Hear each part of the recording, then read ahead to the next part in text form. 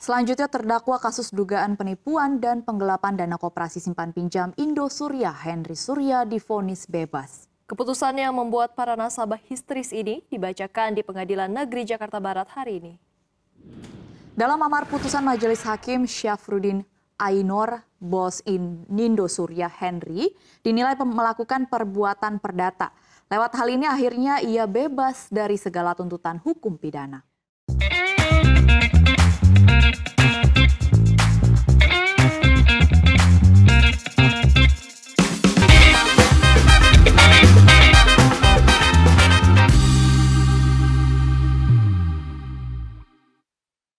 Saya mau cerita sedikit tentang kisah penipuan keuangan terbesar dalam sejarah.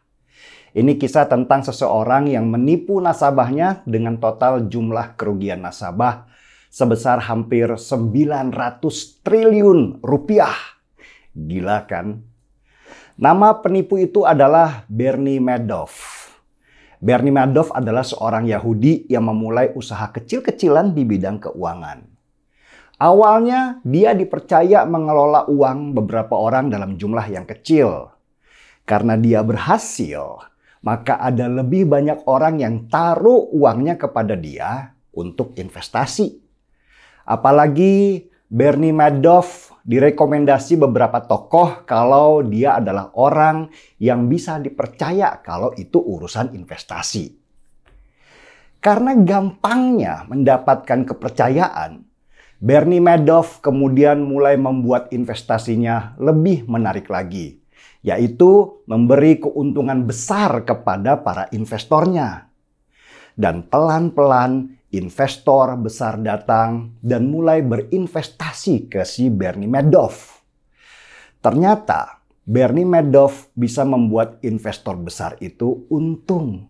Maka tersebarlah berita kemana-mana supaya berinvestasi di Bernie Madoff, maka Anda tidak akan pernah rugi sedikit pun. Yang gilanya, yang investasi ke Bernie Madoff itu bukan hanya orang, tapi juga lembaga keuangan, bahkan bank-bank investasi yang taruh uang ke dia dengan nilai mencapai ratusan miliar rupiah. Yang lebih gilanya lagi, ternyata uang yang diterima oleh si Bernie Madoff itu tidak dia investasikan ke proyek-proyek atau saham-saham supaya mendapatkan keuntungan. Tapi dia putar lagi untuk bayar keuntungan orang-orang yang pertama invest ke dia. Inilah yang dinamakan skema Ponzi. Skema Ponzi adalah skema yang dibuat oleh penjahat dari Italia, Charles Ponzi, di mana dia membuat sebuah piramid investasi yang sebenarnya hanya akal-akalan aja. Ponzi menarik uang dari seseorang dengan menjanjikan keuntungan besar. Sesudah dia dapat uang, dia mencari orang kedua untuk ditipu supaya bisa invest ke dia lagi. Nah, duit si orang kedua itu dipakai untuk bayar keuntungan orang yang pertama invest ke dia.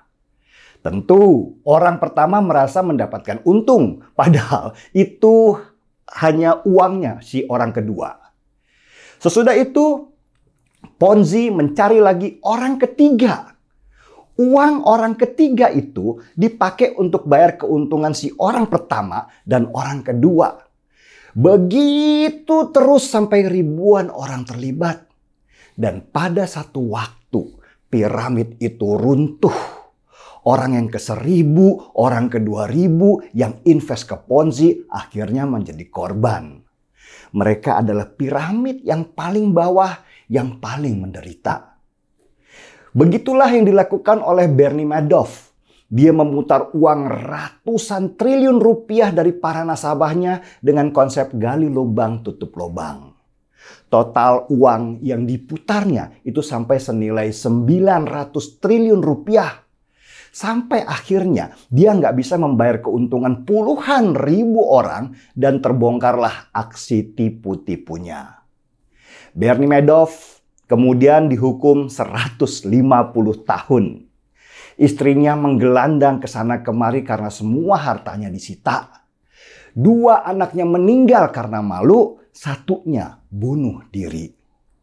Tapi yang menarik, dampak sistemiknya yang luar biasa. Gara-gara Bernie Madoff, banyak bank dan perusahaan asuransi yang berinvestasi ke dia akhirnya kolaps. Dan ini mendunia yang akhirnya menjadikan dunia mengalami krisis ekonomi karena korbannya bukan hanya nasabah Bernie Madoff, tapi juga nasabah bank-bank dan perusahaan investasi besar yang jumlahnya juga puluhan ribu orang itu. Nah, ini pertanyaan terbesar. Di mana badan pengawas milik pemerintah Amerika kok nggak tahu kalau Bernie Madoff melakukan penipuan? Inilah yang disesalkan oleh publik Amerika karena badan pengawas di sana yang bernama SEC atau Securities and Exchange Commission ternyata membiarkan situasi itu berlarut-larut meski ada yang pernah melaporkan penipuan Bernie Madoff. Kisah Bernie Madoff ini bisa Anda tonton di Netflix sekarang. Sekarang saya coba ke Indonesia. Kemarin, bos koperasi Indosuria, Henry Surya, yang diduga sudah melakukan penipuan terhadap puluhan ribu nasabahnya, divonis bebas sama hakim. Henry Surya awalnya ditangkap karena dianggap sudah menipu banyak orang lewat konsep investasi dengan menawarkan keuntungan besar. Henry Surya mendapatkan duit triliunan rupiah, bahkan menurut jaksa, dia memutar uang nasabahnya sampai senilai 150 triliun rupiah. Dan ini di Indonesia. Kemana uang nasabah Indosuria itu diputar oleh Henry Surya? Ya, ke perusahaan-perusahaan yang si Henry Surya itu bikin sendiri.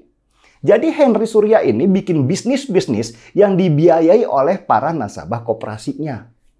Dan akhirnya Henry Surya gagal bayar. Seperti gelembung balon yang semakin besar tapi kulitnya semakin tipis itu, meledaklah kasus Indosuria yang terkenal itu.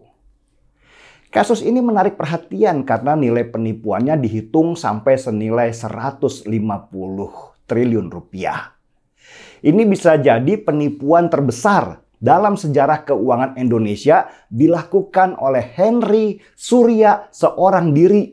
Persis seperti Bernie Madoff yang hanya dibantu beberapa orang karyawan setianya. Pertanyaan di Indonesia sama dengan publik di Amerika. Di mana badan pengawas milik pemerintah kok nggak tahu si Henry Surya itu menipu nasabahnya dengan mengutip dana tanpa seizin lembaga yang berwenang. Sama saja ternyata lembaga pengawas keuangan kita, baik di negara maju seperti Amerika maupun di Indonesia, mereka suka terkaget-kaget kalau ada peristiwa besar yang meledak, tapi nggak pernah mau capek-capek mencegah dengan konsep curiga. Tapi bedanya di Amerika dengan di Indonesia, kalau di Amerika sana Bernie Madoff dihukum 150 tahun penjara dan semua hartanya disita. Bukan itu saja, pemerintah Amerika juga menyewa firma hukum yang bekerja untuk menagih uang dari investor-investor awal Madoff dan terkumpullah sampai lebih dari 80% untuk dikembalikan ke para korban Bernie Madoff. Sedangkan Indonesia, Henry Surya bisa senyum lebar dan lega karena tuntutan jaksa yang ingin memenjarakan dia selama 20 tahun dengan denda 200 miliar rupiah nggak disetujui Hakim Pengadilan Jakarta Barat. Hakim menyebut membebaskan Henry Surya dan rekan-rekannya karena mereka dianggap tidak terlibat pidana dan kasus Indosuria itu hanya kena masalah perdata. Maka meledaklah tangis para korban koperasi Indosuria yang dulu investasi ke sana karena berharap mendapatkan keuntungan besar. Mirip korban Indra Kents dan Doni Salmanan. Sudah mereka ditipu, yang nipu nggak masuk penjara, harta mereka nggak jelas lagi kabarnya. Dan seperti biasa, yang jadi korban adalah orang-orang dengan harta yang terbatas, yang menjual rumah, dan ada juga yang berhutang hanya supaya ingin dapat cuan dari Henry Surya, meski akhirnya zong belaka. Saya yakin semua kecewa dan geram dengan kasus ini. Kok bisa-bisanya hakim bebasin Henry Surya yang kabarnya sudah menipu 23.000 orang korbannya senilai total 150 triliun rupiah. Tapi kita mau apa? Palingan hanya bisa nasihatin orang lain. Makanya jangan ijo matanya kalau ada yang nawarin invest dengan keuntungan per bulan yang gak masuk akal. Biasanya sih itu tipuan. Cuman itu aja yang kita bisa katakan. Seharusnya ya Bernie Madoff dulu nipunya jangan di Amerika. Karena dia akhirnya meninggal di penjara.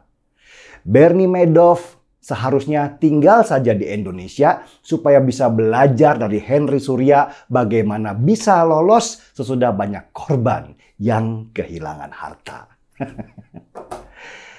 Entahlah, pusing kepala saya. Mending kita seruput kopi dulu aja.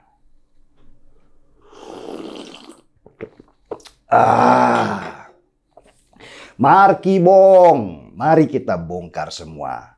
Saya Denny Siregar, kita di acara Timeline.